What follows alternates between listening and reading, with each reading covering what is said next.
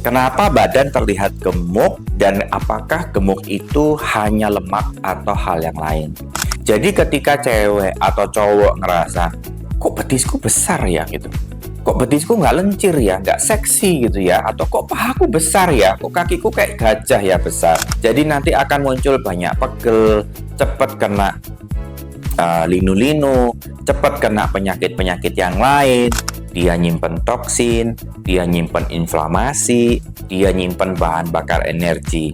Gimana caranya buang kelebihan bahan bakar energi?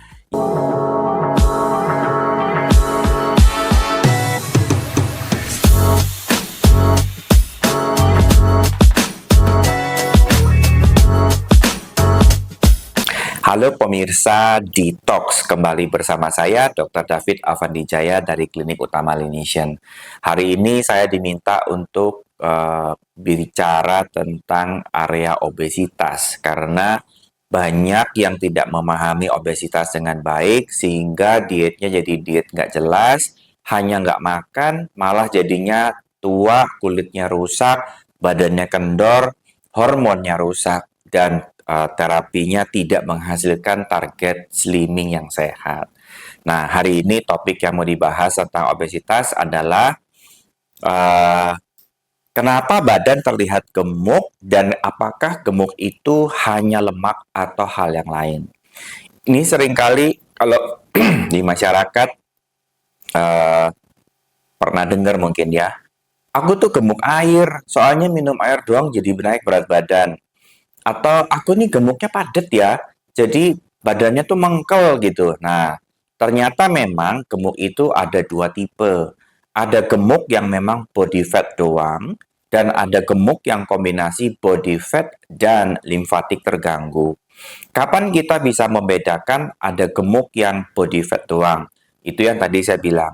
Jadi kalau kamu gemuk tapi padat, itu biasanya body fat doang. Jadi lemak doang masalahnya. Tapi kalau kamu gemuk tapi genjur, jadi kenaikan penurunannya juga cepat. Antara pagi ke malam itu berubahnya juga cepat. Dan kemudian ketika kamu olahraga cukup panjang, misalnya 10.000 langkah atau 20.000 langkah, gemukmu turunnya banyak. Cuma 20.000 langkah sehari, gemukmu turunnya banyak. Nah, itu menggambarkan ada gangguan drainase limfatik atau kombinasi gemuk air. Jadi ketika kita tahu bahwa ada obesitas yang tipe air, itu bukan maksudnya badanmu penuh dengan air atau cairannya jadi banyak atau tekan darahnya jadi tinggi sehingga boleh diberikan diuretik. Ini kesalahan fatal ya. Kenapa? Karena bila diberikan diuretik, maka tensinya turun. Air memang terbuang. Tapi problemnya, kelebihan cairan ini mengendap terkunci di fascia dan di area limfatik. Ini membuat ada ketidakseimbangan, mirip seperti kondisi berbahaya dari demam berdarah. Air bergerak ke ruang ketiga. Sama kondisinya juga begitu. Jadi pada saat di pembuluh darah diberikan diuretik, tekanannya akan turun. Dan karena kondisinya nyangkut, ini bukan berarti air dari kelebihan di area fascia dan limfatik bisa pindah ke dalam pembuluh darah. Itu sebabnya kenapa pada terapi obesitas penggunaan diuretik itu tidak tepat ya dan mungkin bisa berbahaya. Nah, pertanyaan yang kedua adalah kenapa cairan bisa menumpuk? Jadi badan kita di zaman modern dengan badan kita di zaman dulu itu berbeda bermakna. Kalau kita perhatiin foto-foto zaman kuno, foto-foto di tahun 60 70-an, jarang sekali orang gendut. Tapi sekarang di foto-foto sekarang kalau lihat foto-foto anak SMA banyak sekali yang sudah obesitas ya. Kenapa? Karena zaman dulu olahraganya cukup banyak. Kita mobil nggak punya, kita sepeda jarang, kita punyanya jalan kaki dan sepeda pancal ya, sepeda kayu. Bukan sepeda kayu tapi dibantu elektrik. Kalau kayu bantu elektrik itu satu kali ngayu 1 kilo nyampe. Jadi akhirnya olahraganya nggak ada. Nah, karena badan kita bergerak, limfatik itu bisa mengalir. Karena limfatik tidak punya jantung, beda sama tekanan darah. Kalau tekanan darah dia punya pompa, ada jantung. Jadi jantung ini akan memompa cairan ke seluruh tubuh, tapi limfatik tidak. Limfatik ini pasif karakternya. Dia cairannya bisa bergerak, bisa kembali ke pusatnya dan bisa dibuang ketika badan kamu bergerak. Makanya kalau kita mager, malas gerak, kerjaan duduk, kayak saya kerjaan duduk, kemudian dokter, perawat tuh kerjaan berdiri, pramusaji itu kerjaan berdiri, kasir itu kerjaan duduk gitu ya. Semua kerjaan-kerjaan yang minim gerak ini akan menciptakan drainase limfatik terganggu dan cairan akan terkumpul di badan bawah. Jadi cenderung kumpul di pinggul sampai kaki. Nah, biasanya kita itu nggak tahu penyebabnya apa. Jadi biasanya kita baru sadar kalau kita bengkak itu ketika muncul bengkak yang dipencet nggak kembali. Itu bengkak ya. Tapi sebetulnya gangguan ini mulai dari jauh sebelum itu. Jadi ketika cewek atau cowok ngerasa, kok betisku besar ya gitu. Kok betisku nggak lencir ya, nggak seksi gitu ya. Atau kok pahaku besar ya, kok kakiku kayak gajah ya besar. Itu sebetulnya sudah tanda drainase terganggu. Itu sebetulnya sudah tanda bengkak. Tapi masih sangat ringan. Jadi kalau kita pelajari tentang lymphedema, itu masih lymphedema stage 1. Tidak ada selulit yang nampak tanpa dicek. Jadi selulitnya masih nggak kelihatan, tapi kalau diteken atau dicubit baru kelihatan dia stage 1. Belum muncul varises, belum muncul telagnasis, belum muncul spiderweb, kaki masih oke, cuman bengkak, kelihatan lebih besar, nggak lencir gitu ya, nggak seksi, betis kelihatan besar, dan bentuk otot pada pria tidak kelihatan. Jadi cuman kelihatan besar, tapi kalau jinjit juga rangka ototnya itu nggak kelihatan, struktur ototnya. Itu sudah bengkak, itu sudah stage 1. Ya. Nah, pertanyaan yang kedua, kenapa badan itu bisa nahan cairan dan nahan garam? Ini berkaitan dengan podcast-podcast yang sebelumnya saya cerita bahwa pola kesehatan badan kita itu sangat dipengaruhi oleh makanan, yaitu makanan tinggi karbohidrat. Semakin tinggi makanan karbohidratmu, semakin keracunan dia punya badan. Bentuk insulin resisten, membentuk inflamasi, dan macam-macam. Kenapa? Karena karbohidrat itu adalah energi. Kalau dipakai dia bermanfaat, kalau berlebih jadi racun. Jadi artinya ketika kita mau hidup sehat, kalau kegiatanmu mager, maka very less karbohidrat. Kalau kamu ada olahraga 3 kali dalam seminggu, berarti bisa nyampe 250 gram per hari. Kalau kamu bisa 5 ke 6 kali olahraga dalam seminggu, bisa 350 gram dalam sehari ya. Dan ketika kita makan karbohidrat, respons dari karbohidrat ini akan membuat badan memerintahkan ginjal untuk menahan garam. Artinya apa? Badanmu nggak mau buang garam, ginjalmu akan kerja mati-matian untuk mempertahankan garam ada di dalam badan. Nah, mekanisme pertahanan ini akan membuat tensimu jadi naik. Makanya ketika kita rajin makan gula, rajin makan karbohidrat, ujung penyakit terdekatnya adalah hipertensi dan diabetes salah satunya. Nah, tadi kan saya cerita tuh, limfatik sudah macet, pola makannya karbohidrat, dia membentuk inflamasi, dan inflamasi ini akan disebar. Siapa buffer inflamasi yang paling dasar? Jadi badan kita itu punya buffer. Buffer sistemnya adalah asam basa dan juga fat sebagai buffer.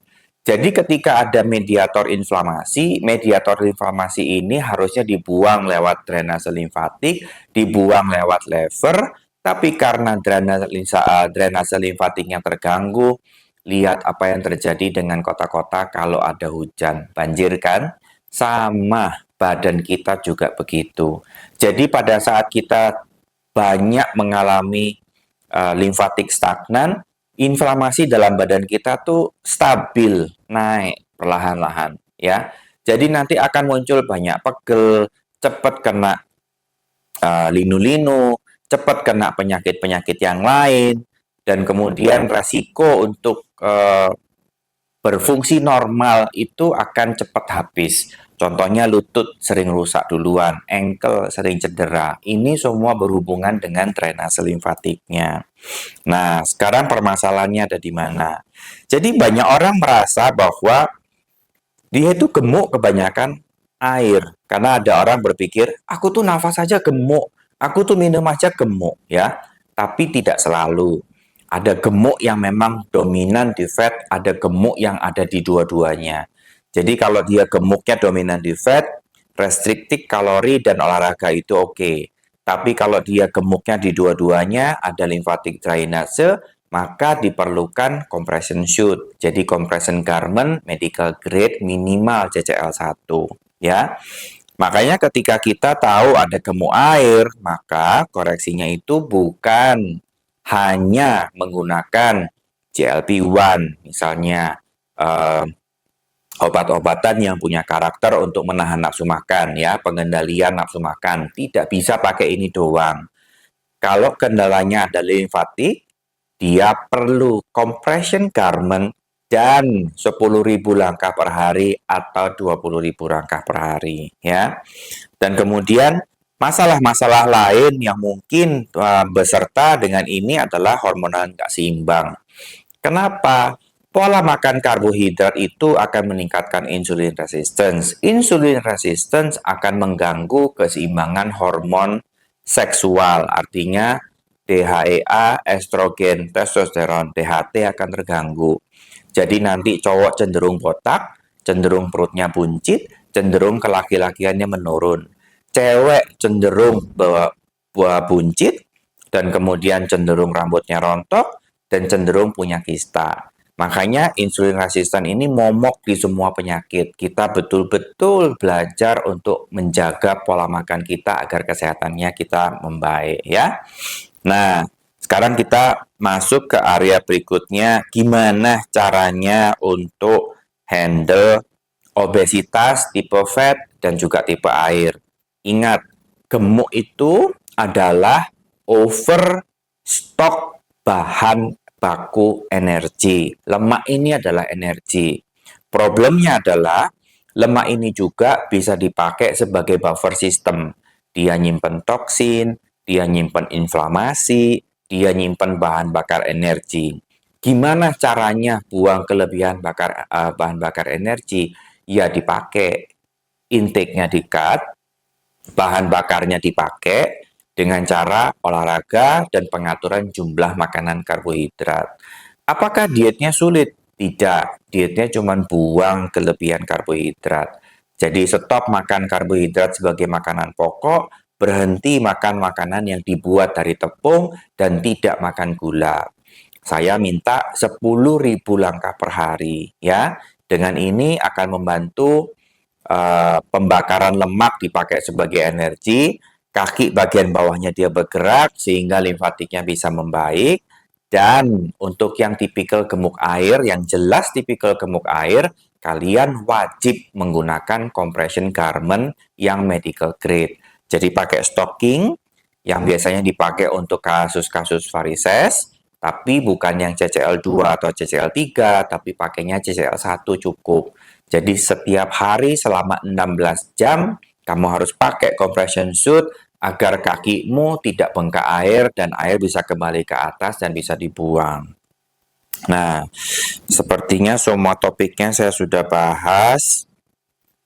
Jadi kalau ada pertanyaan atau ada problem-problem yang berhubungan dengan gemuk, atau kamu juga ngalamin gemuk dan kamu nyadar, iya nih kayaknya aku gemuknya tipe air, soalnya pahanya genjur-genjur, lengannya genjur-genjur, perutnya genjur-genjur, dan kamu nyadar naiknya cepat, turunnya susah, atau naik turun juga cepat, itu juga tanda gemuk air. Kalau gemukmu disertai dengan sering pegel kaki, padahal nggak jalan, padahal nggak lari, nggak ikutan maraton, tapi pegel kaki setiap malam, itu khas tanda kamu drainase limfatiknya terganggu.